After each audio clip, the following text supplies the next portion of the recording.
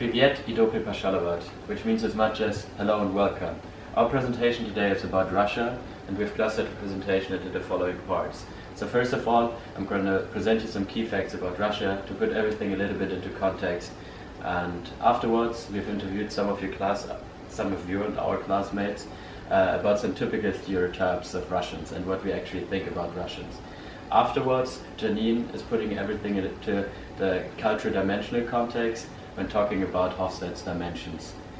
Then, Carlotta had a very interesting interview with an ESADE colleague of us who's actually from Russia and talks about how's the life as an intern in Russia. And Eduardo is putting it into the employer perspective. Okay, first of all, we're going to talk about the fast facts about Russia. So Russia is not only politically but also historically a very influential country, and therefore we've prepared some fast facts for you that you definitely need to be aware of when looking at the country Russia. So first of all, the form of government of Russia is a federation. Therefore the original name of Russia is actually the Russian Federation. The capital of Russia is Moscow, which is also the largest city of the country, and the population is roughly about 146 million inhabitants, which ranks at number 9 population-wise in the world. The official language of Russia is Russian, but due to the fact that over 120 ethnicities live in the country, which speak more than 100 languages, there are definitely some other languages you need to be aware of when coming to Russia. The area of Russia is about 17 million square kilometers, which makes it the largest country in the world, looking at the area. Russia has an area of 17 million square kilometers, which makes it actually the largest country in the world. And just to put it into context, Russia has spent, the area of Russia spans itself over 2 different continents, Asia and Europe. And Russia has coast in 3 different oceans, the Atlantic, the Pacific, and also the Arctic Sea. And in addition to that, if you look around the world and if you look at the land of the world, Russia makes actually 1/10 of that. So it's an incredibly huge country. And last but not least, you definitely are aware of Vladimir Putin, the president of Russia. He's super influential, he's very, very important for world politics, and he was actually nominated as the most influential person of the world by the Forbes magazine 4 times in a row from 2013 to 2016. For me, stereotypes of Russian would be that they drink a lot of vodka, which might mean they could be alcoholic. So a common stereotype in Italy about Russian people is that they're very cold and not emotional. I think Russians as more or less mafia people. I've heard a lot of stories, so I would say that's a stereotype. In order to understand the Russian culture better, we will take a look at the Hofstede model and discuss each dimension in more detail. We will give you a short visual definition as a recap and provide you with cultural insights. Let's start with the first dimension of the Hofstede model, namely power distance. Russia scored a 93, which indicates a high power distance affiliation. In practice, this means that power is heavily centralized in Russia, and there is a big disparity of resources between those with authority and the people that depend on them. This differentiation of power has led to increased emphasis on status symbols. As such, those from a lower socioeconomic bracket often saved by luxury items, such as technology, clothing, jewelry, and cars. Also related to power distance, in the Russian workplace and business culture, you will generally find very strong hierarchies that go through all levels, and each member has very specific tasks. The next dimension is individualism and collectivism, where Russia scored a 39, which indicates that they're on the low end of the scale, and they have a preference for collectivism, which is also reflected in their culture. For example, they put an emphasis on social networks. Family and close friends play an important role in the Russian culture. On a masculinity versus femininity dimension, Russia scored a 36, indicating a strong tendency forward femininity values. Especially values such as humility and modesty are essential in interactions in Russia.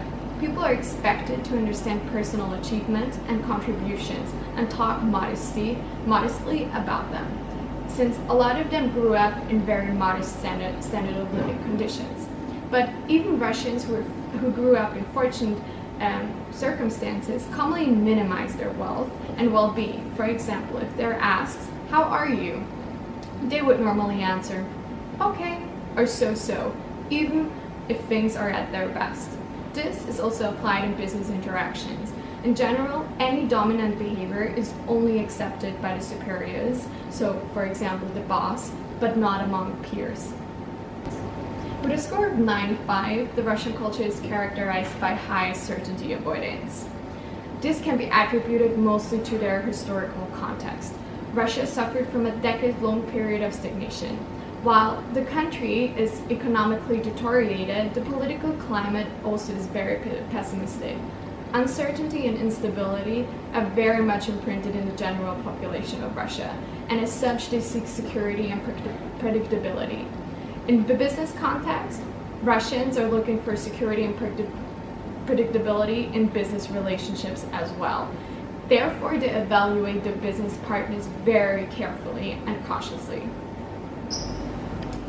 In the long versus short-term orientation dimension, Russia scored an 81, indicating their preference for long-term relation and partnerships.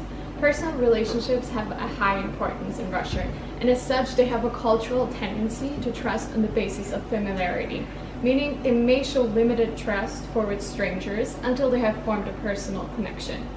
This stance is also reflected of how they conduct business. For example, long-term relationship with clients, business partners, and suppliers are regarded as especially important. Also, a study has found out that the long-term orientation can impact recruitment decisions. For example, if a manager in Russia is hired, he has to display certain social attributes, like he has to have the capabilities to access potential business partners and form valuable long-term relationships with them. The last Hofstede dimension is indulgent versus restraint. With a score of 20 on the indulgent scale, Russia can be identified as a very restrained culture. In a business context, this means that they tend to put work first and they put less focus on leisure time and gratifications of their needs. Typically, this also means that Russians obey to strict behaviors and rules. Now, with the help of the Hofstede model, we understand the Russian culture a bit better. However, we would like to present some shortcomings of the Hofstede model and give you some additional considerations. First, we would recommend using the Hofstede model only on aggregated level. Secondly, be careful with oversimplifications. You should also look at social groups, regions, generations, and socioeconomic groups to get a more comprehensive picture of a culture. Thirdly, please keep in mind that cultures evolve. When new generations enter the business world, new cultural values will emerge, and as such, this will also change the previously mentioned Hofstede scores. The last thing we would like to mention are demographic changes. For example, people living in city areas or urban areas are more likely to have Western values, and as such, also other Hofstede dimension scores. So please keep in mind when looking at the Hofstede dimension that it's a very simple model to understand the culture. But in order to really understand it, we have to dig a bit deeper.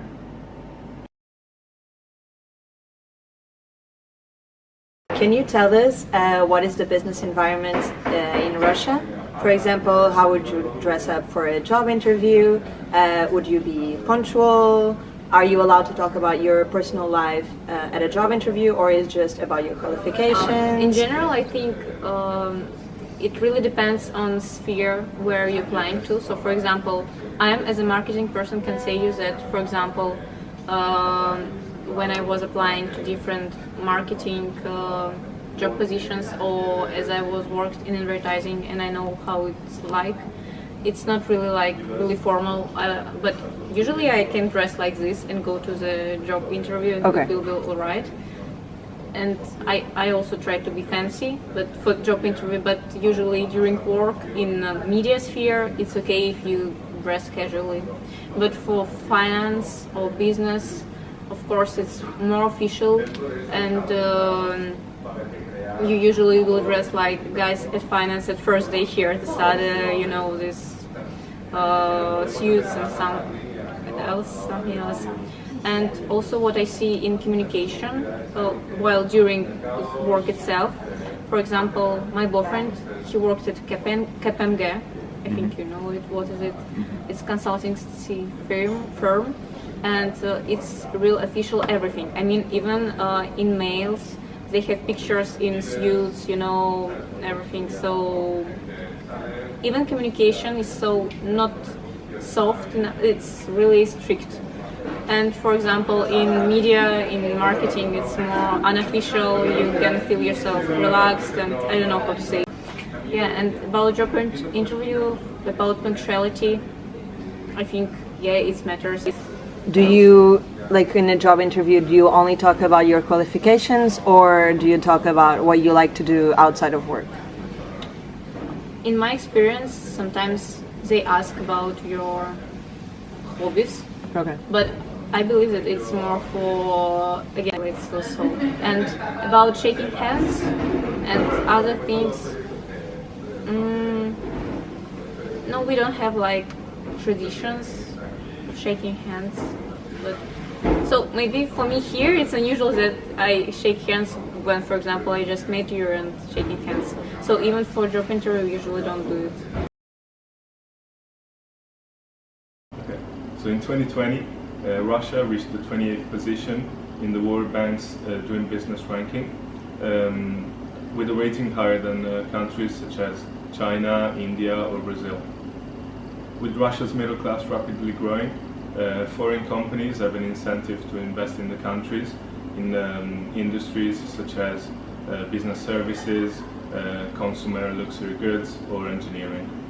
However, the domestic economy is dominated by state-owned enterprises, which are located in strategic industries such as energy, bank or transports. Struggles of doing business in Russia can be directed to corruption and lack of transparency. And based on the Corruption Perception Index of 2020, Russia sees many obstacles to fair and effective business practices and placed itself 129th out of 179 nations. So the main aspects of starting a business in Russia are regulated by Chapter 4 of the Russian Civil Code, the Federal Anti-Monopoly Law and the Competition Law. However, due to rising economic pressures, the Russian government had to help local businesses by introducing more conservative regulations and policies. Government and government agencies continue to have a high arbitrary power, and therefore a company that needs to start a business in Russia needs to build a personal relationship and business relationship with them in order to also advance in business negotiations. To conclude our presentation, we've prepared some do's and don'ts for you to keep in mind. Thanks for listening.